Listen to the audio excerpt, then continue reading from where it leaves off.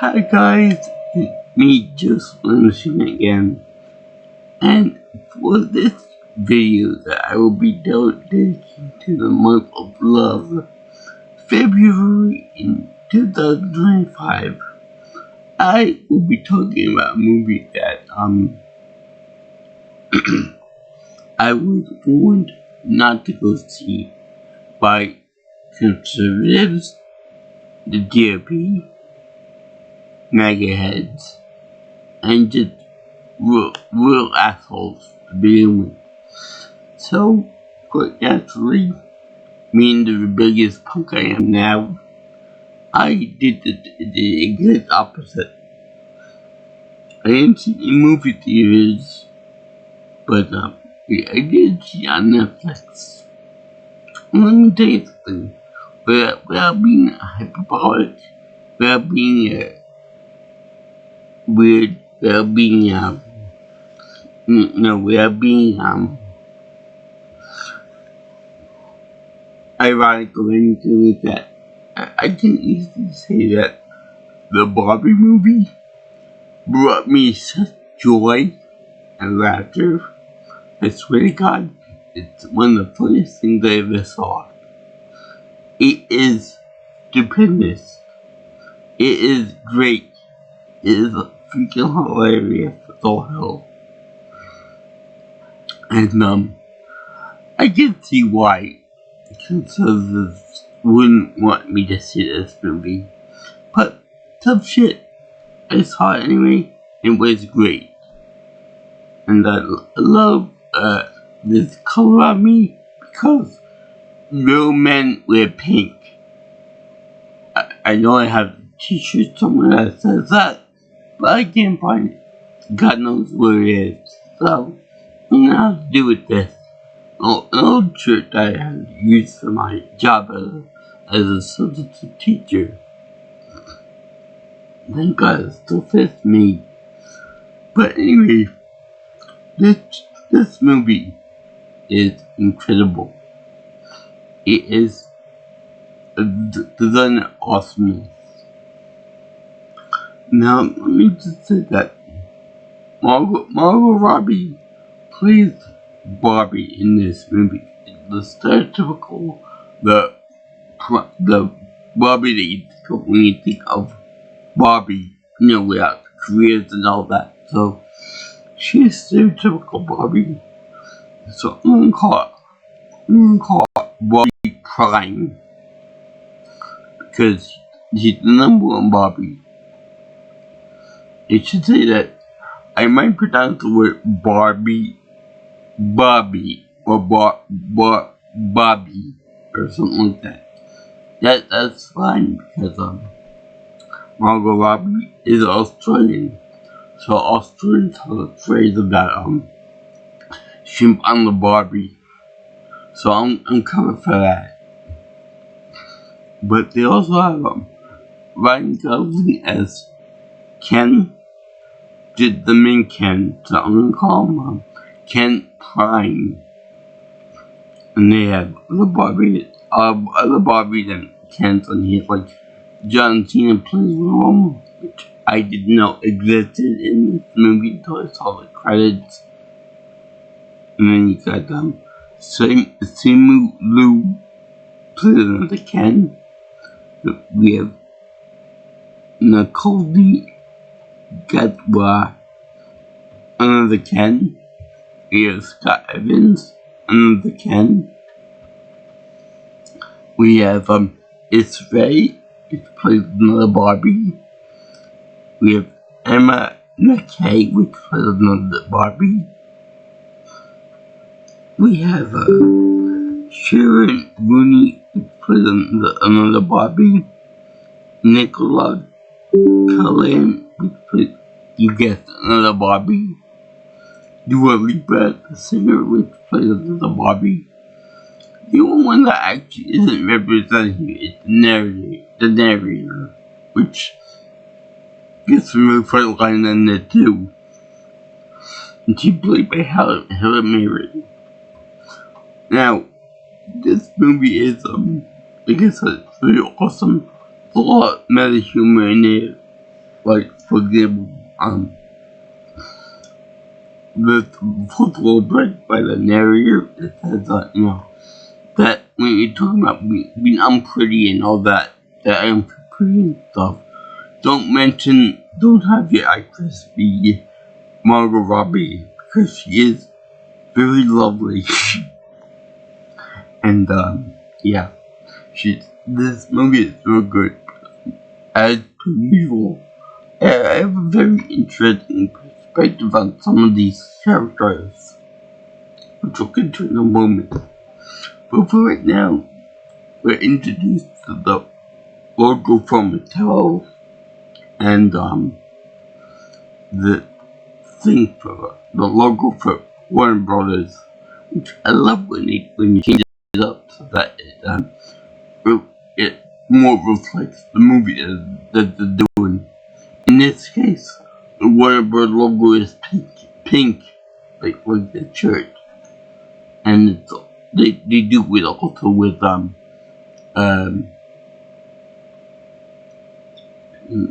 the Flintstones, and then with the other movies like that. It was one that they did Howard the Duck the other naked or something like that. I know there was an egg one there too, so that would be funny.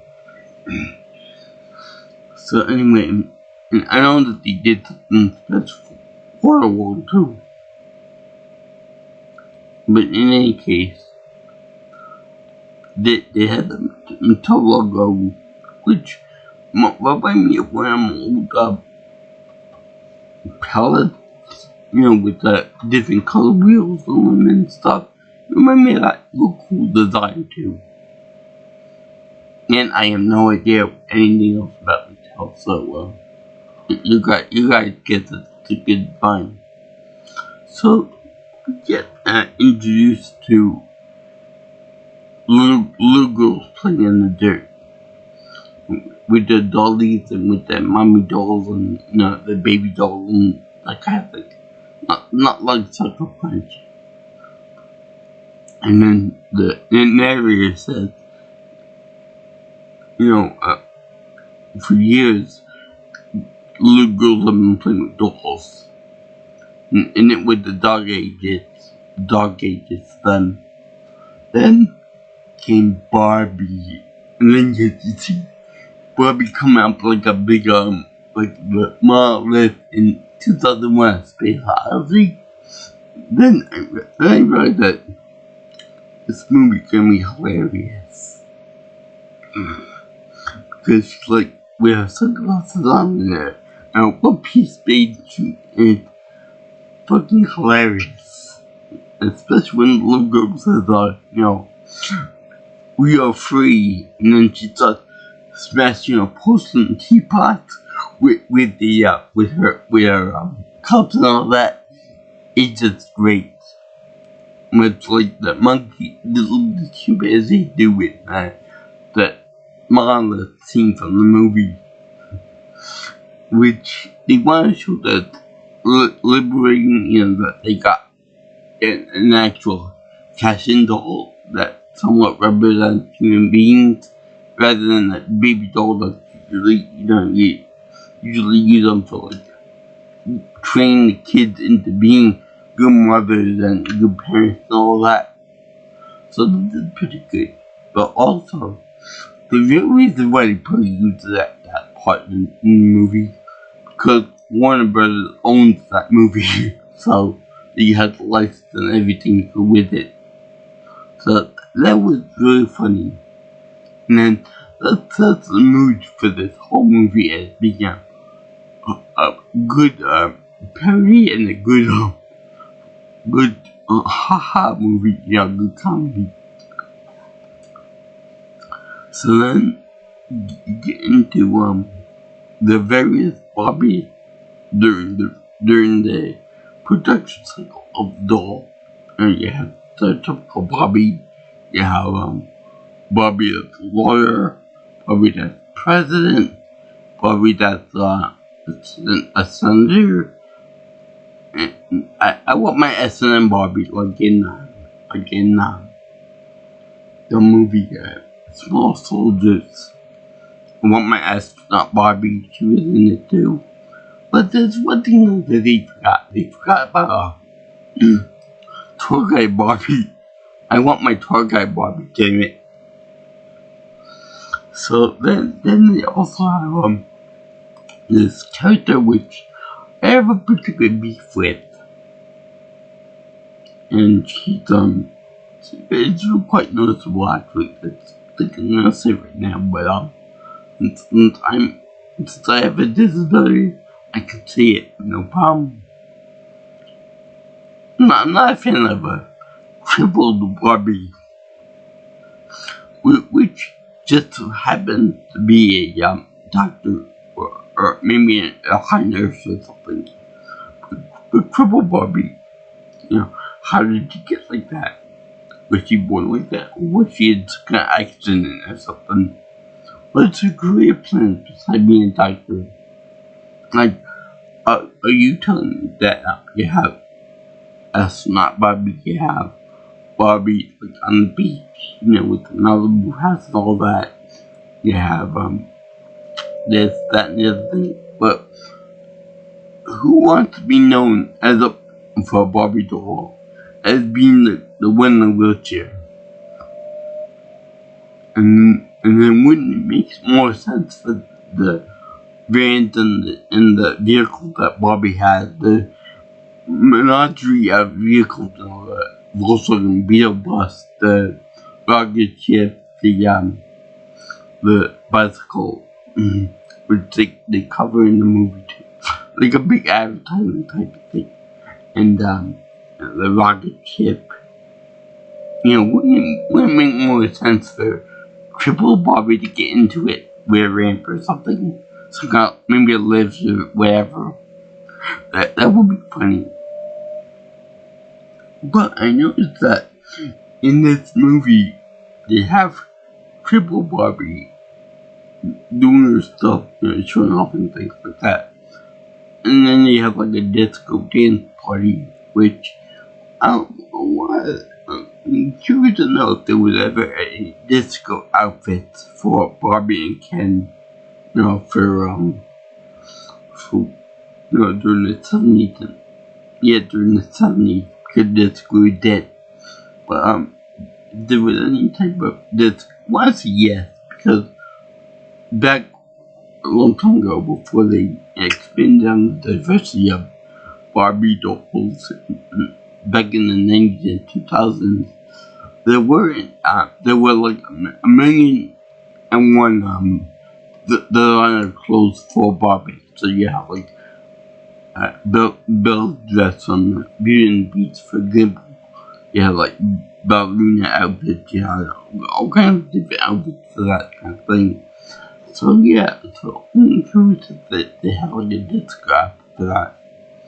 Speaking of which, they do have like a couple of black Barbies and a few Hispanic Barbies. And of course, they have the white Barbies and Barbie Prime. But the thing is that I don't know what happened to Asian Barbie. There are no Asian Barbies whatsoever. But it's so funny that later on in the movie they have logos advertising playing with Depression Barbie with midlife crisis. And that is uber funny, because I remember that they had like commercials for those type of Barbies, not with depression obviously, but with real issues and real people based on real things, that the Barbies were based on real things and real death and whatever. So what's funny is and they mock it up to be like a real commercial. So another questionable thing that Barbie has done in the past was pregnancy. And that's like a kind of a taboo among the marketing world and stuff. When you buy a Barbie, I would assume, because nobody ever bought anything for me like that, thank God. But I would imagine that when someone would Yeah, Barbie doll, they'd be like, she's pregnant already. She's got a baby bump. But yet, Queen of this movie, she has no vagina. And Ken has no sticking berries, if you will. So how did that happen? Yeah, I will find out how that happened. So anyway, they also have that. But they do have an aging Ken. That'd be Simu Luke. He plays aging Ken. Which is kind of confusing actually. But whatever, he didn't know that's Ken. And they also have Michael Cera playing Alan. Nobody gives a shit about Alan until he actually kicks butt and takes names in the film. Let's see here now. So anyway, they show this Barbie in a wheelchair with no accessible points of entry for her. You never show her going upstairs and whatnot. But they also show her like at the disco party and stuff. But they widely don't show her on the beach, which would be kind of awkward, especially because like my own equipment, it's not handicap accessible. So what the hell happened to her? Did she just die or whatever in the movie? Did they not want to answer any other questions about her existence? That's really kind of disturbing actually. You know that she's good for the party and all that, but then when it comes to the actual ending of the movie, they don't show it at all. They don't even show her trying to get brainwashed or whatever. So I guess it's really that important that they don't even think to brainwash her. But in any case, that's my beef with Triple Barbie. And it's quite funny that she just disappears from the face of the earth, or in this case, Barbie's land, which I think is supposed to be like the Chow Garden from SA2 went into like off the coast of the real world, but like in an imagination land, kind of like in that movie in the South Park episodes 1, 2, 3, imagination land. I wonder if terrorists attack Barbie Land. I wonder if it will count for that movie, the South Park thing, and whatever. This movie's creepy though because of the thought of that. So, Barbie has a good time with her other Barbies. It reminds me a little bit of Groundhog Day, in that every day she wakes up, she's always happy. So everyone over there being happy, being like nice to one another. You know, in the Barbie Dreamhouse Malibu style house with the waves that look fake and all that. Even the beach end is pink. I'm like, oh my god, how much strawberry flavoring can you possibly get? So anyway, they show all this stuff there. They show Merman John Cena. Like, hi Barbie, hi Ken. Wanna go for a ride, Ken? Yeah, that's right. Which they allude possibly a little too much to a certain song from the 90s, which I particularly liked by a group named Aqua called Barbie Girl. Yes, they do put in a remake of the song at the end of the movie. And no, I don't like it at all. I think it's too modernized, if you know what I mean. But I'll talk about that if I remember. It sucked. what I'm trying to get. And let's see, everything's all happy, everything all gay and stuff. Now, it's funny because they show Barbie Prime getting her high heel slippers, which is that really a thing? Is that a thing women actually buy? High heel slippers? I would, besides being very quality, I would imagine that those things would be uncomfortable as all hell, especially when you first wake up. And yes, she does have a wake up song too, like many of the cartoons and whatnot for it. So, she gets off her bed and she goes into a shower. And what's real weird is that she doesn't have a vagina in this movie, but she has all the other anatomical parts of a woman. That just blows my mind on certain levels, but she also does like how'd you put this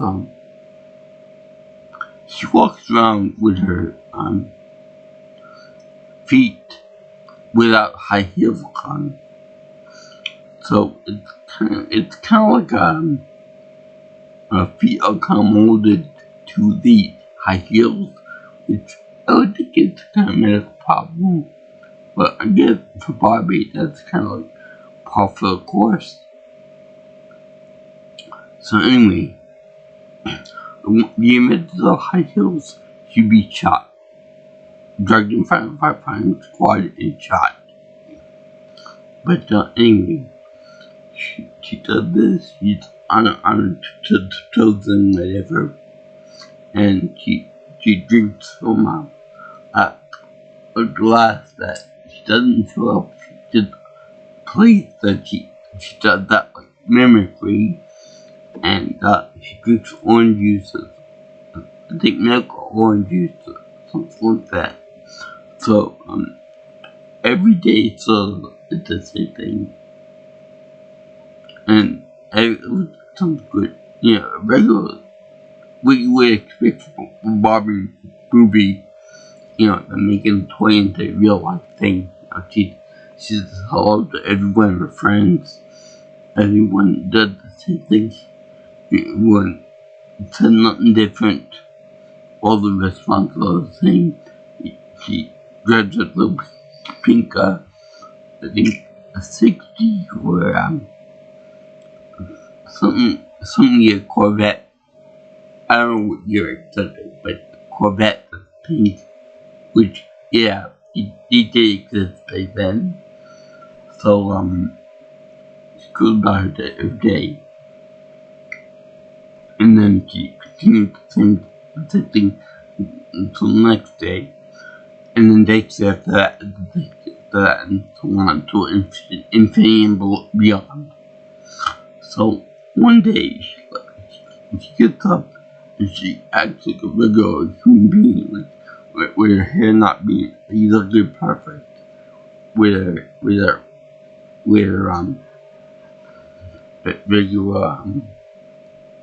you know, grouchy attitude. She can't annoyed that everyone acts the same way. I mean, the exact same way, like robots. And it's like you know, quite aware of the fact that I'm a grouchy person today.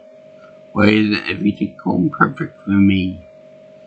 So it turns out that her owner in the real world, because they're aware that the products in there played with by real human beings and stuff. It's like, this person is treating me badly and not 100% happy.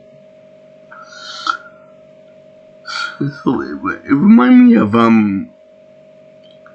somewhat like the Matrix. In the everything is perfect for in the Barbie world until something happened to her in the real world. And no more, there would be another more drug party of that. So one of the biggest shockers is that instead of walking on her tiptoes, when she comes out of the hills, she ends up dropping her heels so that she's walking like flat-footed. And when she talks to her Barbie buddies over there, they're like, "Oh my God, flat feet," and they're like, one of them gagging and stuff, and think of that the worst thing ever to have heels that actually hit the floor and stuff. And they're like, and it's so funny.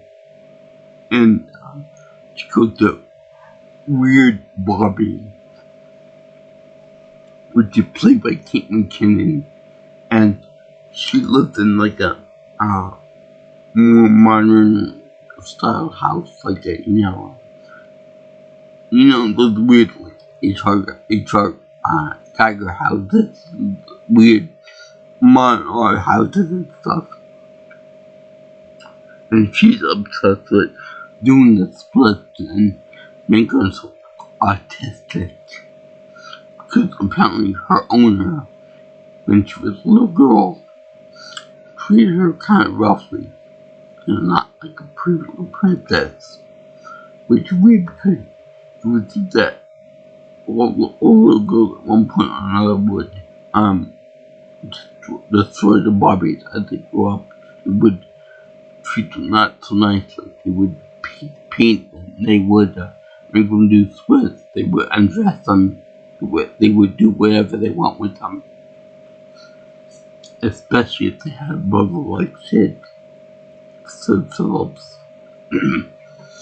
So anyway, why this one Barbie is having a midlife crisis, if you will, I have no idea.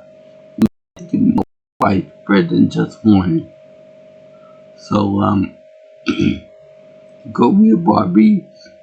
Weird Barbie is like this weird it's like this whole guru of the Barbie world.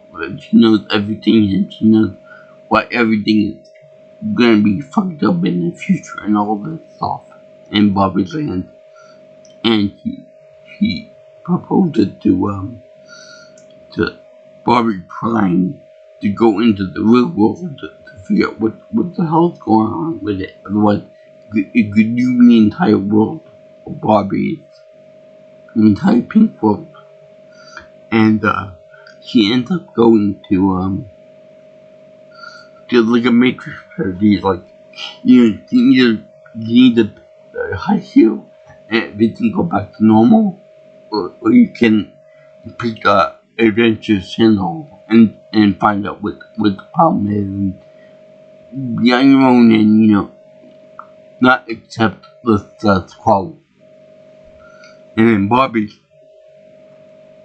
like a stereotypical nut, an airheaded person says, give me the high heel. I want the high heel. Give it to me right now. I don't care about finding out about myself, exploring anything. I just want the way it used to be. So then, what Barbie says, nope, you can't do that. That was the only illusion of choice. Much like what many people think of when they think of the Matrix, that a whole the blue pill thing was like a false choice to project the illusion of choice of the free people and all that. So anyway, that's where it gets into weird territory for me. Because then Barbie has like a weird existential crisis by which she goes to the real world, but Ken Prime ends up stowing away in her car. So as she's singing like la la la la, and then she goes into the real world, which I didn't know that she could do that. She could go from imagination land into the real world. And vice versa. Humans can go into her world too, as we will see soon. So she goes into the real world, getting scared to death by Ken. It kind of reminds me of when Speed Racer would do his drug stick, and Spiral and Choo Choo used to throw in the back of the car, the Mark 5.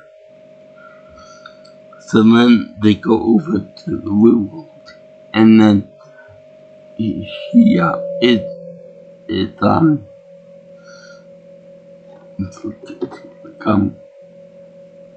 surprised.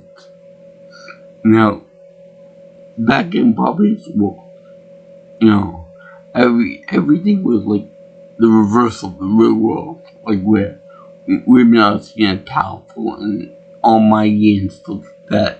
And Ken's just basically toys of the Barbies. Where when my mother saw the movie Toy Story 3 with Ken and Barbie in there, she said that when Ken said, I'm a boy's toy. So then my mother said, no, you're not. You're always gonna be a girl's toy. And remember the old phrase, it's a man's world? Oh, it's the opposite.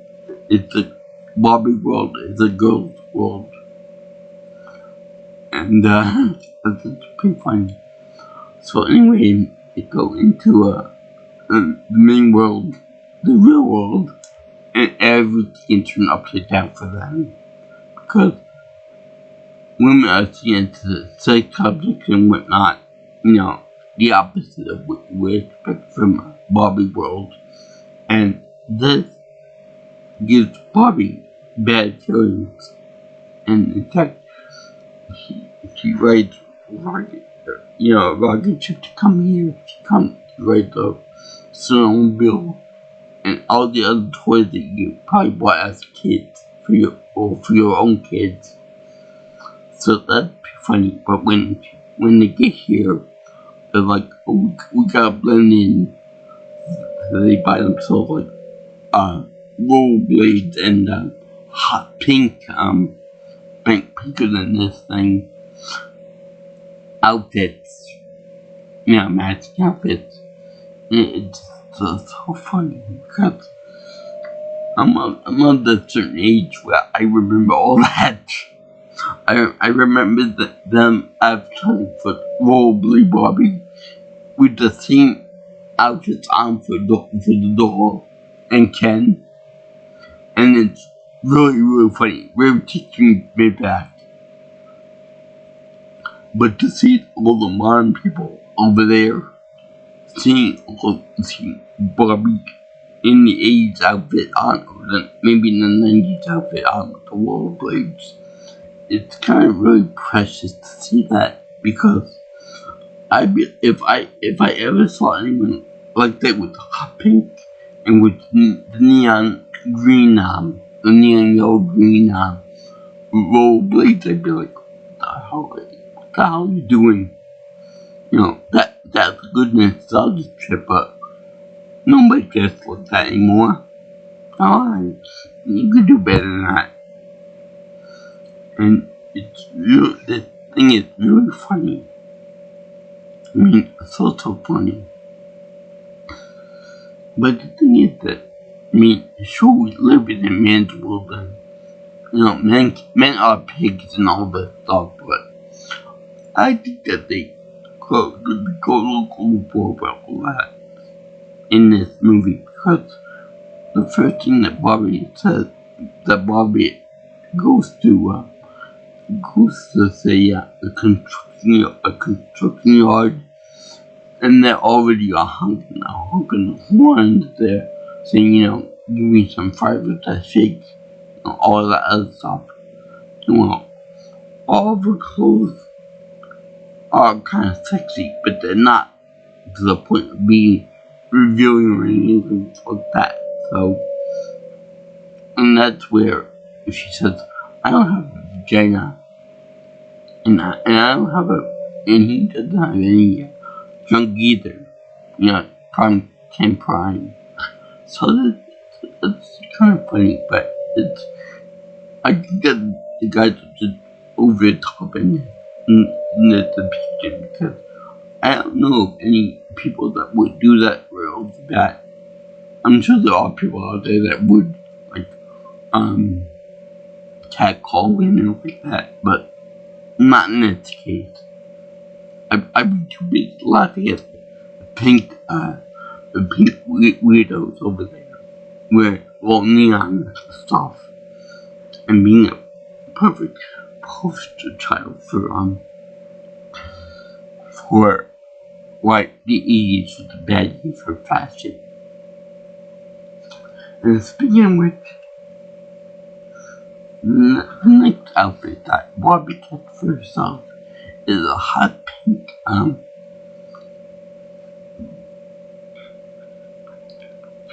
mermaid inspired dress with bell bottom type thing on the bottom, and it's very shapely, and it's got like a vest and a cowboy hat and a scarf and stuff, all pink. And Ken's got the same thing but in black, that that people in Broadway shows will just like represent cowboys. And it's really funny that they do that. So nobody ever bitches about his outfit. Against man's work. So I actually bought a dress for a woman that I'm interested in, and that kind of reminds me of this outfit. It's also blonde and about the same height as Margot Robbie. So it's actually really funny that I always get this dress on this person I'm interested in, and I would consider her Barbie. So anyway, this is really, really funny to me to see this.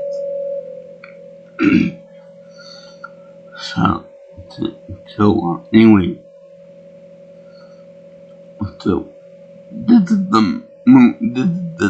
the outfit that uses for the majority of this this real world interactive type thing. So she goes to a school with a bunch of mean girls, like from the Mean Girls show. From the Mean Girls movie, there are 4 girls there singing and eating lunch. Now my question, not about her going to TV girl. How is a complete stranger, an obvious adult in pink outfit and stuff, how is she able to get into school and go to kids at lunch, talking to them? You think they'd be took a law against doing that? That they could let any stranger go in there under the auspices that I'm Barbie, so I can do whatever I want. I don't care if you're the president of the United States. You can't do that kind of stuff willy-nilly. So she goes over there. And it's funny. Remember how I said there aren't any Asian people in this movie that represent Asian women? Well, there is one that looks like that. Just like it's for a quick second. And then you see the other girl in the Mean Girls club, and she's like, I can't remember who that dumb was in the Mean Girls movie, but she's the dumb one, I guess. That's everyone else in the group says, "Oh, I hate Barbie. I hate the unrealistic image they portray. I hate her body, her figures, her absent-mindedness, or airheadedness. I hate this, I hate that." A real modern kid. But she's the dumb group member that's, "Oh, I still play with Barbie dolls." And then everyone else looks like, "Shut up. Shut up or get the high here." So it just so happened that the leader of the group is played by Ariana Greenblatt, and she plays Tasha, which happens to be daughter of Gloria, which is played by America Ferrera. I find this catchphrase really funny and really ironic because she's a great person in this movie, but she also is known for playing Ugly Betty, which is kind of like a reverse version of Barbie because she's supposed to be ugly or ugly and nerdy and stuff like that. And it was not supposed to look good because of that. So it's kind of like the opposite of Barbie, which is pretty and nice and all of this other stuff too. So it's very funny that, remember I said about the owner being depressed and that kind of thing, and that's what making Barbie crying go into the weird spiral life she's in? Yeah, she owns her. Gloria owns Barbie crying in real life. I mean, a weird choice there, but whatever. So, they show her going in there and doing the subject to interact with her. And then she ends up having to go out with Mattel headquarters, which is run by, drum please, Will Ferrell. Now, I love him in this role, because I remember him from the Lego movie, in which he plays a maniacal CEO of a big toy company.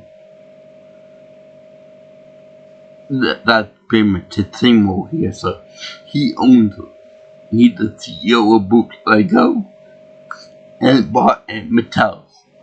So you figure out this is like a hidden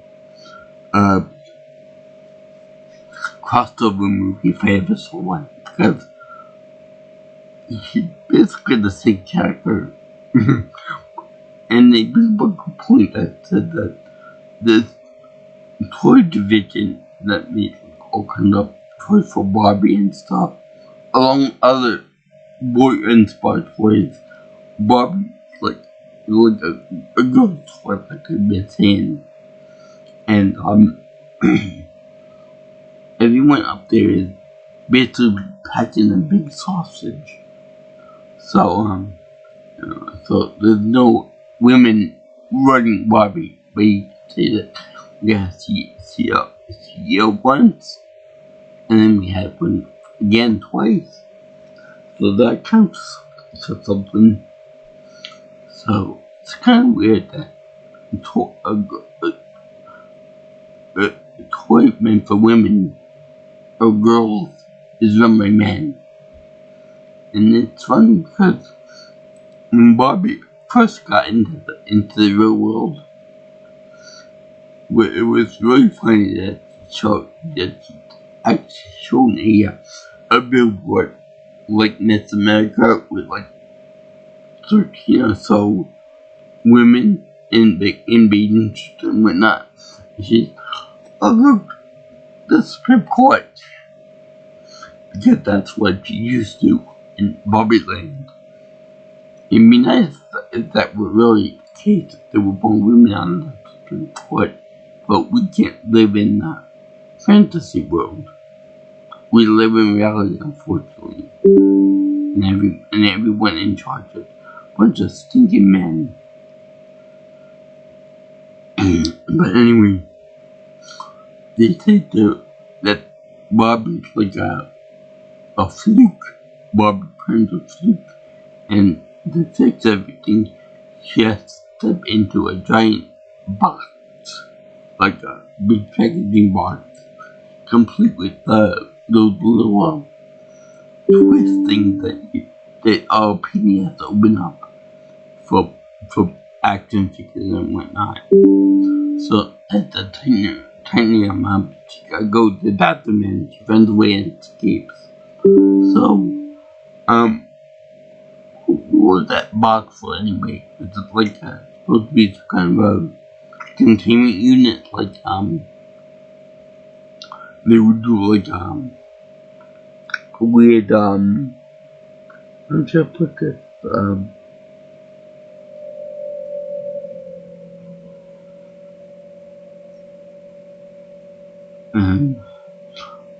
Like they, like the Louis Colo,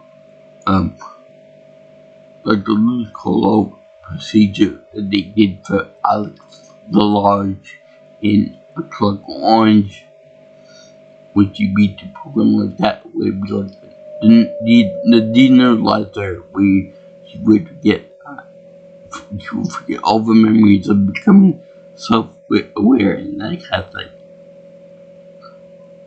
So she escapes to meet Ruth, the creator of Barbie, but he's not revealed that way. She played with Rhea Perlman, and they show her in like a room like separate from reality, kind of like the hyperbolic time chamber in Dragon Ball Z exists outside the norms of society and time and space and that kind of thing. That's like I have it. Or it could also be the architect room in the Matrix. Again, another Matrix reference for you. So it was kind of like meta. So meanwhile, during this time, Ken Prime is over there living the life, seeing all these men in power, all these men in high positions, and treating their women like crap for the most part. The reverse of what happened in Barbie Land. And Ken goes to this library in the school. Someone, how the hell are these Barbie gang stereotypes getting into the school? I mean, you would think that it'd be kind of weird to see a bunch of grown-ass adults wearing cowboy outfits, one black, one pink. You know, black being about the bad guy and stuff. You know, there's a big problem with the security of the school. So anyway, they show Ken roaming into like men, power books and all that. Seeing people at the gym acting like that. Colossal assholes, you know, being macho and all that. Like him and the other Kens. So they're like, okay, I could do this. Like, I should bring this idea and the treatment of women to Barbie Land, where there are chock full of women that would love to be subjugated again, their own will. So he goes back after getting global culture, and I think a tremendous douche.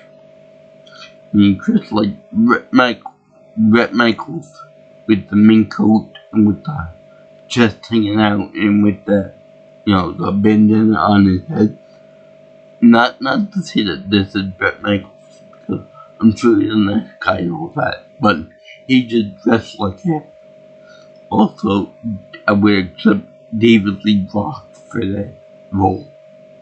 So he told old Ken that I complete douchebags too, for the women, for the Barbies, and make them, you know, serve them cocktails in like French maid outfits, so, you know, sexy, you know, he dumps the cars and makes them into all Hummers, like ultra pollution vehicles, and, you know, hyper masculinity vehicles, and, you know, we gotta defend everything about it and stuff.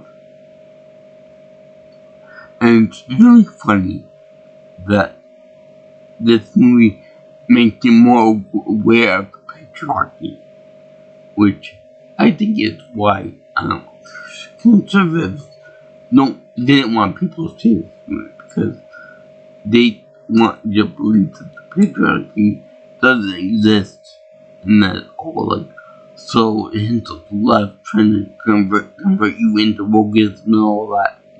So this hits you over the head with it.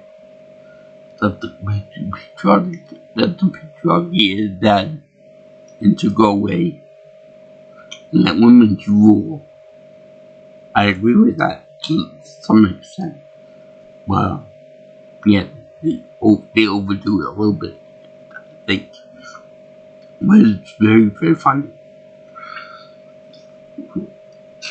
So then, in this, they show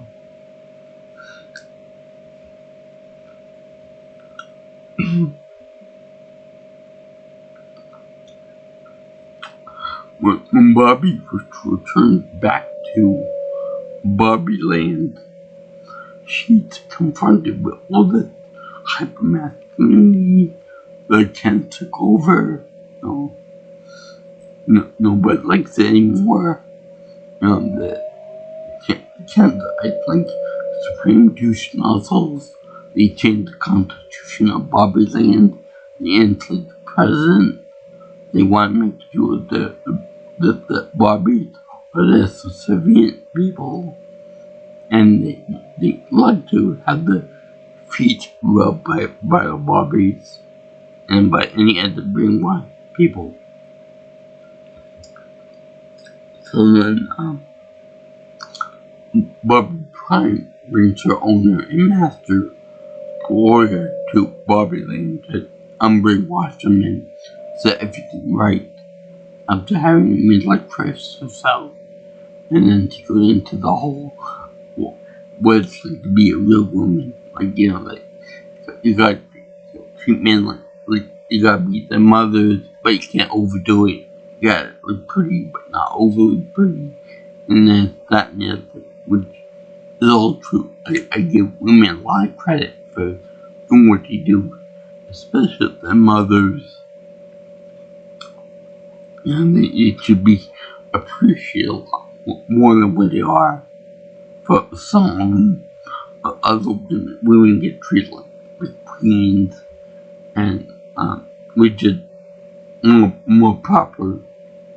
I mean, not to the point of being walked over by men, but to be walk over their men, but treat more equally, co-equally. But whatever. So then they have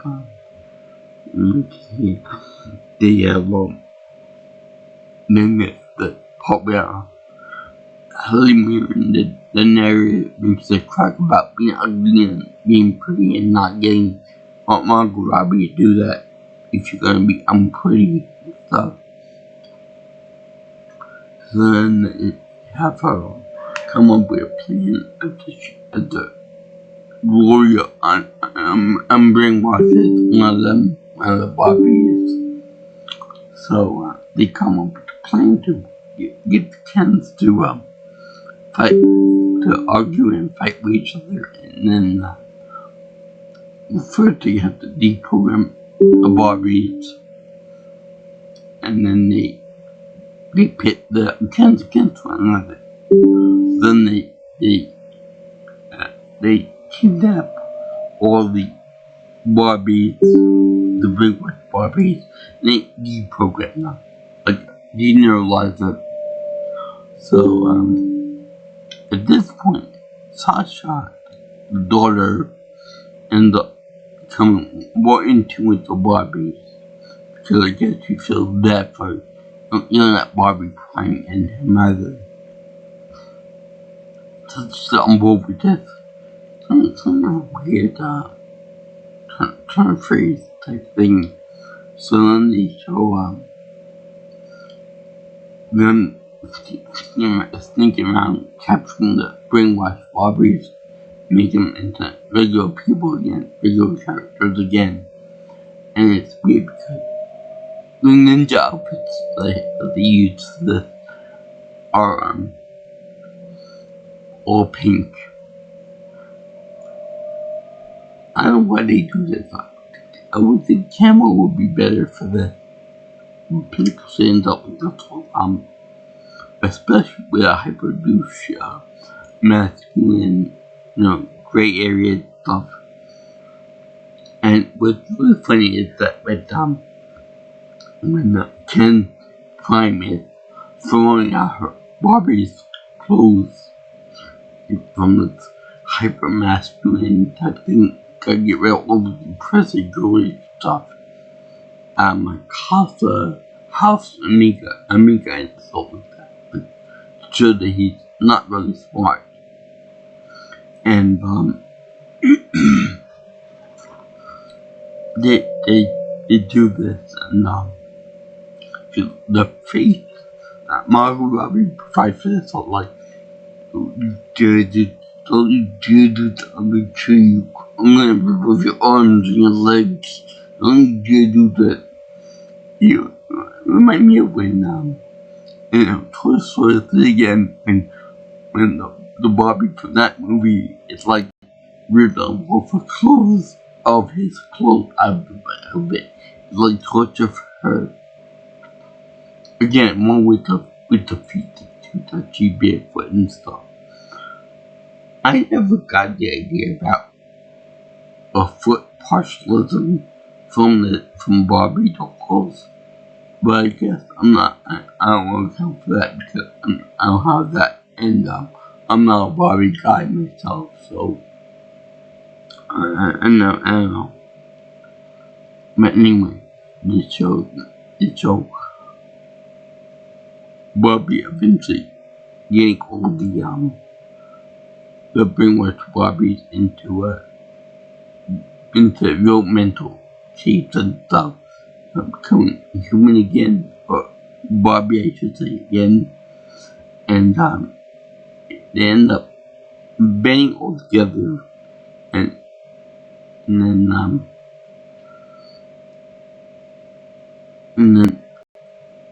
come up with plans to take down the Ken accuracy. So it's very good at this part. Good they try to pit the Kens against one another by saying that, when they're singing the song, which is their favorite song, I Will Push You Around, as a person with a disability and in a wheelchair, I find it very effective. They're gonna have somebody push me around. My parents push me around all the time, and my girlfriend will probably push me around too. So there. So anyway, they're gonna push around, being all masculine and all that stuff. So it's very funny that they end up telling that when the Ken sings a song and they think you're really into it, you shut them off.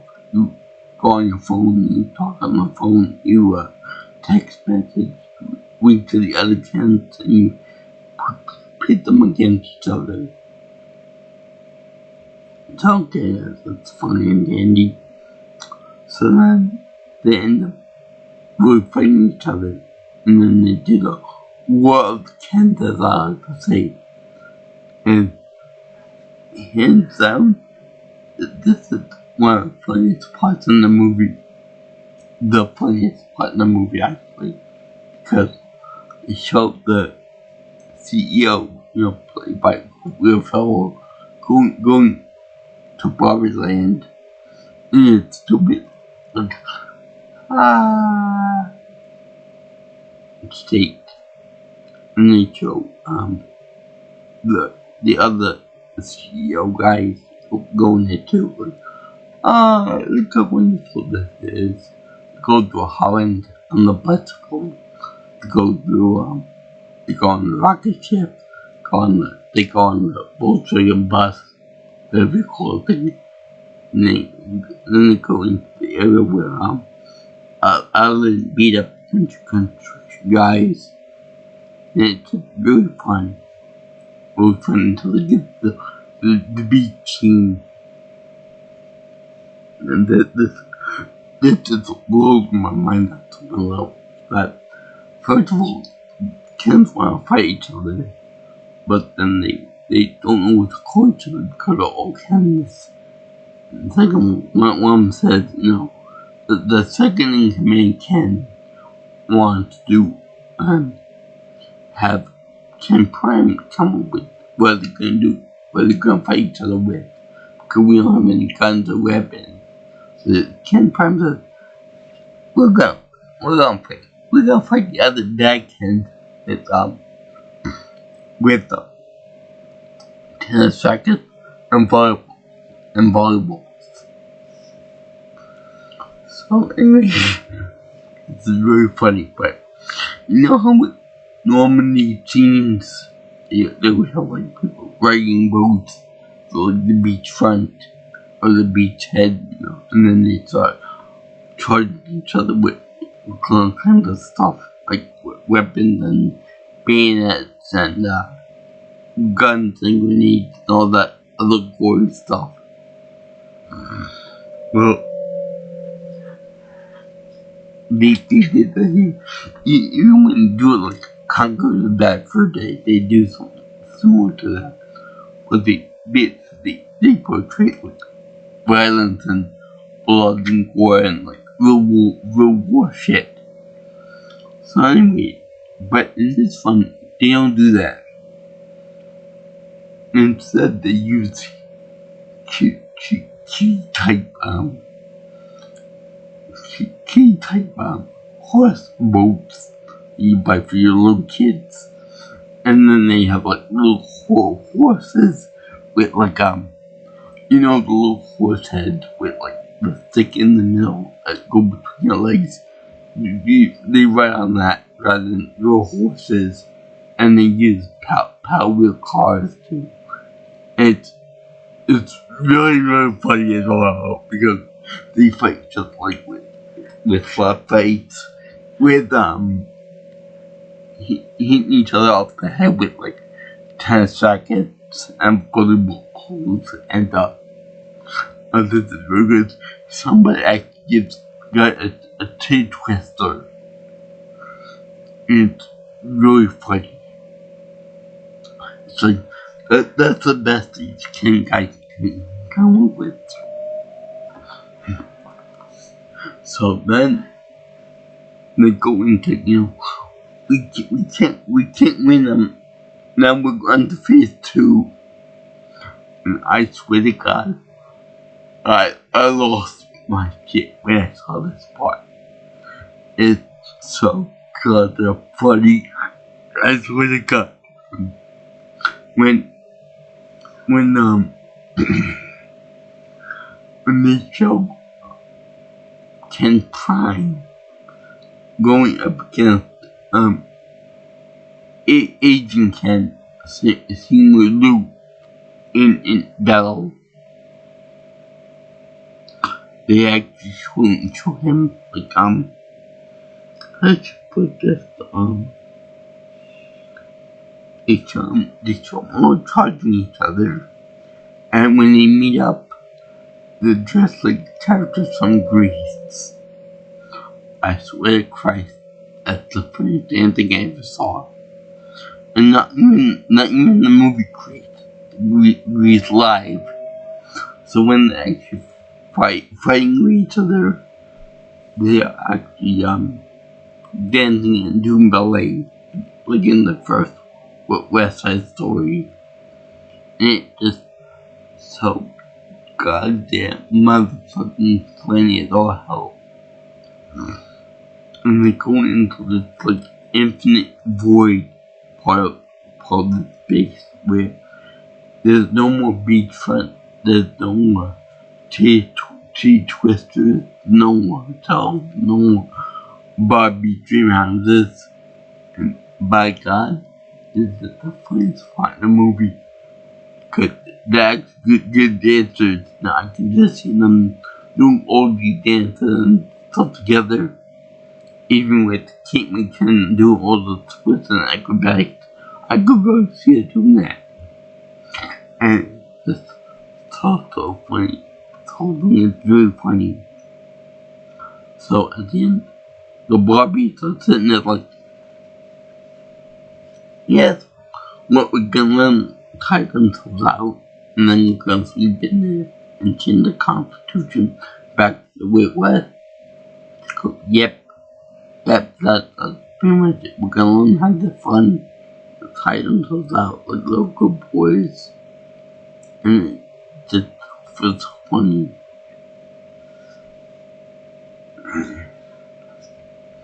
So, I can't believe how much of pain they were, Kens.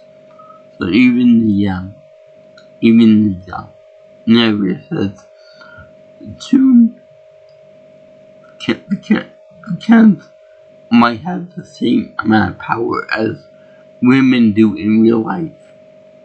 Which, again, is another type of the patriarchy, which is just so funny, because the Kens really want equal representation in the parliament, or whatever you call it. So they said, can we get a Supreme Court member? So the Barbie said, nope, you can't have anything. And please, let's just have a minor court person, a minor court judge. We will want to wear those robes. And okay, we'll see what we can do. So anyway, since they're all happy about that, meanwhile, Barbie Prime talking Ruth, the creator of Barbie, and she's like, I want to be real boy. I want to be a real girl. It's like the whole deal. She said, you don't need my permission to that. You can do it automatically. Then she cries because she's so happy. And they go into the car with Gloria and Sasha, and they drive over to get of all places, the gynecologist's office. And she says, I want an appointment with my gynecologist. So I guess she got a real vagina. That's a very funny way to get end the movie on. And then they do a rap hip hop version of I'm a Barbie Girl by Aqua. And boy, that was really disappointing. It was like, please God, please put the song in there. Please don't do anything, just put the song in there. You can't have a Barbie movie without having that one song in there. So, they put in there. It was horrible. I only saw like 30 seconds of the song. I hated it. And that's like, they do that thing where they cut it off because there's no end credit sequence or mid credit sequence, and then they just cut off in the middle and then you do the next movie or whatever. So did I like this movie? Oh yeah, it was very entertaining. It was very, very funny. It made me aware of how much the patriarchy sucks. Not us, but would be if women ruled the world, or at least the United States, or at least had more power or more respectability and stuff. I enjoyed the whole next trip of I remember the outfit. I remember the Barbie. I remember the push for diversity in Barbies in the 90s, where they featured like Barbies all over the world, and all kinds of races and nationalities and all that other stuff too. I remember that they had Barbies with like different hair colors, different hairstyles, different skin tones and whatnot. Yeah, I remember all that stuff. And I'm a Barbie boy. Yeah. This movie was spectacularly hilarious, funny, made you aware of social issues, which I'm sure the conservatives want you to be aware of. They don't like the idea of a matriarchy. That's where women take over everything, because that's like too new age or too they don't like it. They like to be in power, and that's it. They just like to be set in their ways and that kind of thing. But women should be in power. They should be stronger, and they should be in power. Not and people like Kim Prime should not be in power. The douche nozzles. Plus, I like the way they we have the cans and the cans being like a blank slate. Like if you tell me the sky is pink or the sky is purple, it'll be like, yeah, it's purple, it's purple, it's pink. Without any second thought. And I like the way they portray the mad stood blonde bimbos, even though they're not blonde and stuff. But I don't like the way they shafted triple Barbie. I mean, yeah, it's nice to get other weapons for like Barbies that are more shapely or rounder.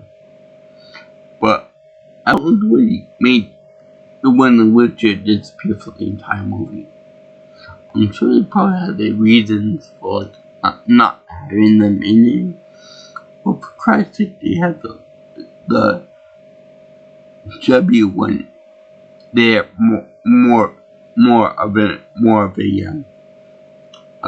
presence in there than the other ones. Kind of annoying. It kind of distracted a little bit. But I don't know, like I could be just thinking that they weren't, because Triple Barbie has it go on. She's dead sexy. But yeah, everything was cool, everything was fun, everything was great. The remake of My Barbie Girl really sucked. I didn't know there was so much that you could do with pink things in the movie too. It was the whole dramatic thing. Although why that one Barbie was affected where everyone else was unaffected by growth and change. Gloria even said, that life is change. You can't always be in your little bubble everywhere, every time you go out. You can't change it good sometimes.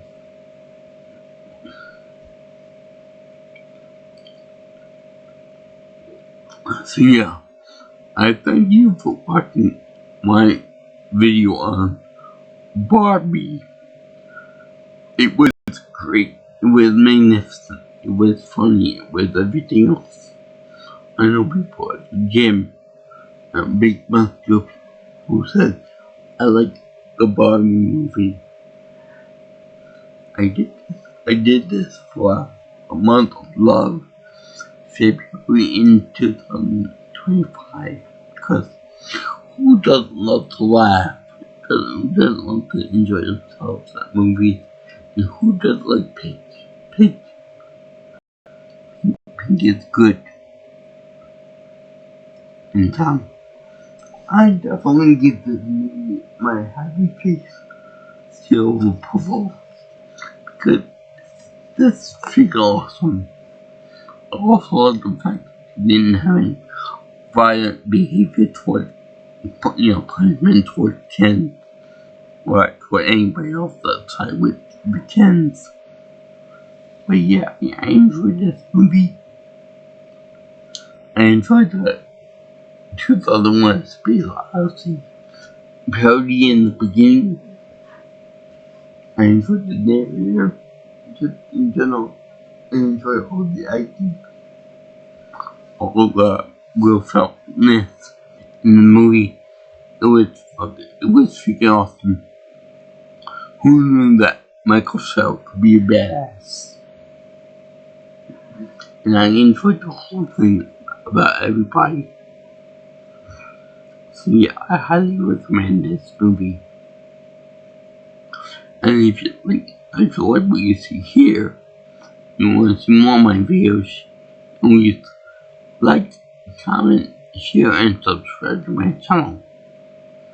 You can also give me any future ideas for future content by calling me or texting me at 631-707-3707, or you can find me on Twitter or X if you prefer at PMountainPro. Also, my email address is jjsviewingchannel at gmail.com. So I thank all you Barbie fans out there, all you Mattel fans. I gotta admit, this movie did have quite a few balls for making fun of Mattel, but more so than Toy Story 3 did with Barbie character. They did a lot more comedy and a lot more self-deprecating humor for the company than anything else we've seen in the past from Barbie products and Barbie this and Barbie that, and cars and all that merchandise and stuff. My mother would love this movie too. She liked it a lot. And I think that this was directed by Greta Gerwig. I think she was the one that directed the first Wonder Woman movie, and it shows respect for the character, for the company, as well as putting some major together patriarchal society and other stuff too. That was really fun. But I salute you guys again. I salute anyone that wears pink, because real men wear pink and they're not afraid to be considered gay or anything else. I'm comfortable enough in my sexuality to not have to worry about that kind of thing. So I'll wear pink or purple. I'll wear a rainbow shirt for Christ's sake. So yeah, peace out, my brothers and sisters. Aloha. I'll see you in the next video. All you girls and guys in Interland, stay frosty, my friends. Ciao, ciao.